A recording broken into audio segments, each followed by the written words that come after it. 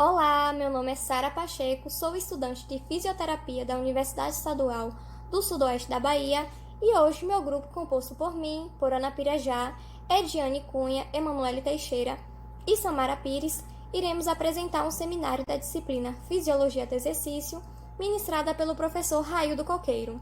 O nosso grupo ficou responsável pelo artigo O teste do degrau de 6 minutos como preditor de capacidade funcional de acordo com o consumo de oxigênio de pico em pacientes cardíacos. Os autores desse artigo foram diversos, como vocês estão vendo aí na tela. E ele foi publicado pela Sociedade Brasileira de Cardiologia. Os objetivos desse estudo foram 3. O primeiro, analisar a associação entre o teste de degrau de 6 minutos, que é o TD6, e o consumo de oxigênio de pico. O segundo, desenvolver uma equação para estimar o consumo de oxigênio de pico com base nos resultados do TD6. E, por fim, determinar um ponto de corte para a categoria de baixo risco no TD6, que são pacientes com consumo de oxigênio de pico acima de 20 ml por quilo por minuto.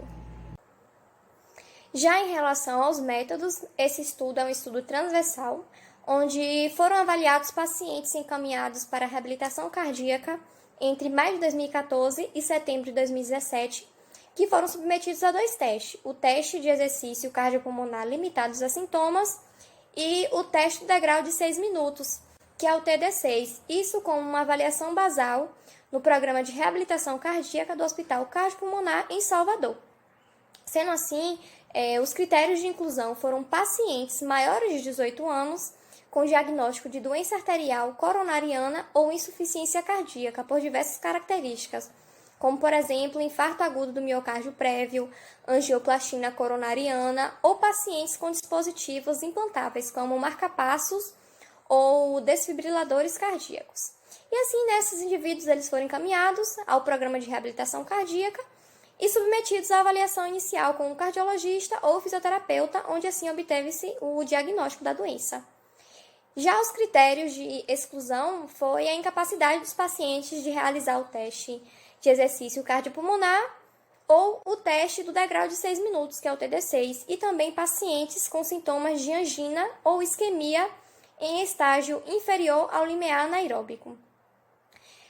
O teste de exercício cardiopulmonar e o teste do degrau de 6 minutos, eles foram aplicados separadamente com 2 a 7 dias de intervalo. O TD6 ele foi realizado em um degrau de 20 centímetros de altura, coberto com borracha, ou seja, ele era antiderrapante. E esses pacientes eles foram instruídos a subir e descer esse degrau o mais rápido possível por 6 minutos sem usar os braços para se apoiar. E as pausas para descanso elas eram permitidas durante os 6 minutos. Já o teste cardiopulmonar limitado a sintomas, ele foi realizado em uma esteira com um analisador de gases com medidas a cada respiração. E também foi utilizado um protocolo de rampa individualizado, baseado na classe funcional de cada paciente, com duração da fase de exercício direcionada entre 8 a 12 minutos. 8 e 12 minutos. Os dados ventilatórios coletados, eles foram tabulados e analisados em intervalos de 10 segundos. Já em relação à análise estatística, obteve-se as análises de regressão linear, univariada e multivariada, que foram realizadas para determinar a previsão de um consumo de oxigênio de pico do modelo com base no teste do TD6, o qual foi controlada para idade, fração de ejeção, sexo, presença da doença arterial coronariana ou insuficiência cardíaca e também o peso. E a análise da curva do Rock, ela foi aplicada para determinar os melhores pontos de corte para prever esse consumo de oxigênio de pico maior ou igual a 20 ml por quilo por minuto, onde o valor de P menor que 0,05 ele foi considerado estatisticamente significativo. O artigo ele descreve que na doença cardiovascular, a capacidade funcional está diretamente relacionada a um prognóstico. E que essa capacidade funcional ela é determinada a partir de um consumo de oxigênio de pico, que é medido por um teste de exercício cardiopulmonar. Bom, esse teste de exercício cardiopulmonar ele é utilizado para determinar alguns prognósticos, como, por exemplo, o de insuficiência cardíaca, de seleção de transplante, ou até mesmo para avaliar uma resposta terapêutica. O artigo ele traz uma informação muito importante, que diz que os pacientes com consumo de oxigênio de pico abaixo de 15 ml por minuto, eles vão apresentar um perfil de prognóstico pior do que aqueles com um consumo de oxigênio de pico acima de 20 ml por minuto. Isso independente da etiologia da doença, da insuficiência cardíaca ou da função ventricular. É importante fazer algumas considerações para vocês que, apesar do teste de exercício cardiopulmonar ele ser considerado padrão ouro, ele não está disponível na maioria dos centros por ser considerado um teste caro, né? Devido ao valor dos equipamentos e que é necessário que tenham médicos especializados que saibam administrar os equipamentos, o teste, e que saibam interpretar os resultados. Então, devido às limitações que eu citei, o artigo ele traz 2 testes alternativos. O primeiro é o teste de caminhada de 6 minutos, o qual é bem descrito pelo artigo como bem validado, porque ele apresenta uma boa correlação com o teste de exercício cardiopulmonar em pacientes com cardiomiopatia. Só que assim como o teste de exercício cardiopulmonar, existem alguns limites para a prática do uso comum, porque esse teste ele requer um longo corredor, e só deixando aqui entre parênteses, com pelo menos 30 metros. Então, é considerado um corredor muito grande para serem disponíveis assim na maioria dos centros. E o outro teste é o teste de degraus, o qual ele é uma ferramenta que não é nova na cardiologia e é um teste bem descrito no artigo. Então, o primeiro relato de uso do teste de degraus foi na década de 1930, quando Master e outros colaboradores utilizaram um teste de escada com um degrau com um protocolo de 2 minutos. Esse teste, inicialmente, ele teve o intuito de observar um eletrocardiograma do exercício. Um outro ponto importante é que o teste de degrau de Master ele era amplamente utilizado como um teste provocativo para isquemia coronariana, mas não era utilizado como um preditor de aptidão cardiorrespiratória e nem como um prognóstico.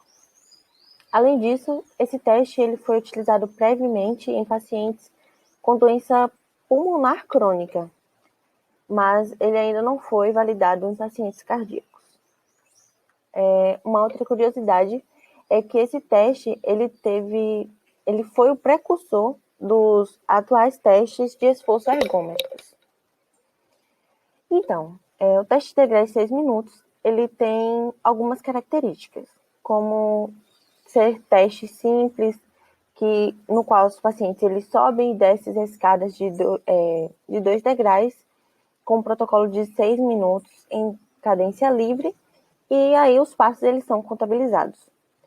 Eles não requerem equipamentos sofisticados, nem espaços grandes, e assim como o teste de caminhada de 6 minutos, o teste de degrau de 6 minutos ele é seguro e pode ser realizado em esforço submáximo. O principal objetivo desse teste de degrau de 6 minutos é descrito no artigo para determinar a aptidão cardiorrespiratória e não diagnosticar uma isquemia coronariana. Então vamos lá.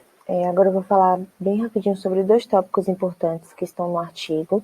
O primeiro tópico é sobre a capacidade funcional, em que o artigo ressalta que a capacidade funcional ela pode ser considerada como um sinal vital e que ela deve ser avaliada em todas as consultas médicas, né, por ser um marcador de um bom prognóstico, e daí a importância dela. E o segundo tópico é sobre as limitações do estudo. Sobre as limitações do estudo no artigo, é importante considerar uma amostra maior e uma validação prospectiva dos resultados em outras populações, porque, embora haja uma correlação entre os testes nesses pacientes que possa ser útil, eles ainda não têm dados de desempenho do teste de caminhada de 6 minutos para esses indivíduos. Olá a todos, agora vamos falar um pouquinho sobre a discussão que foi tratada nesse artigo. Quando a gente entende que podemos utilizar vários testes, vários métodos para avaliar a capacidade funcional de um indivíduo, a gente consegue ter um melhor aproveitamento dos resultados. E a análise desses resultados ela pode determinar até o tratamento que vai ser utilizado. Como a gente viu com a Ana, em pacientes que têm insuficiência cardíaca, que têm os resultados menores do que 12 ml de oxigênio por quilograma por minuto, eles têm um prognóstico negativo e podem ser considerados candidatos a transplante cardíaco. Então, no caso, esse estudo ele vai apresentar testes realizados em pacientes cardíacos e apresenta a análise dos dados que foram obtidos com esses testes.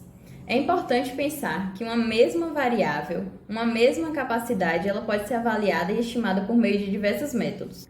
Nesse estudo, a gente consegue entender que o teste de exercício cardiopulmonar ou teste ergoespirométrico é um teste com menor margem de erro. Ele é muito eficaz, ele é muito específico, é o único que vai permitir determinar a estimativa de aptidão cardiorrespiratória com base no consumo de oxigênio de pico, mas ele é um método custoso, uma vez que ele precisa de equipamentos caros, uma equipe médica especializada para poder fazer a análise desses dados que foram obtidos com os equipamentos.